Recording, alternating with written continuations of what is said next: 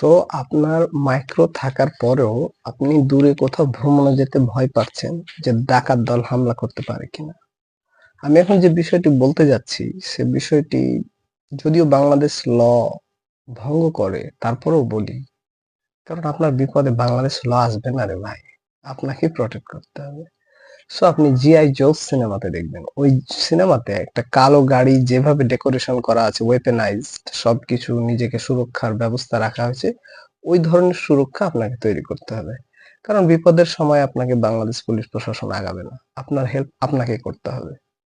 So নিশ্চিন্তে নিজের কার নিয়ে কক্সবাজার যান, যে কোনো জায়গায় ঘুরতে যান, শুধু কারটা ওয়েপেনাইজড হতে হবে। প্রয়োজন হলে ইউজ করবেন। এমন সুন্দর সুন্দর টিপস পেতে আমার চ্যানেলটিকে সাবস্ক্রাইব করে রাখুন। ধন্যবাদ।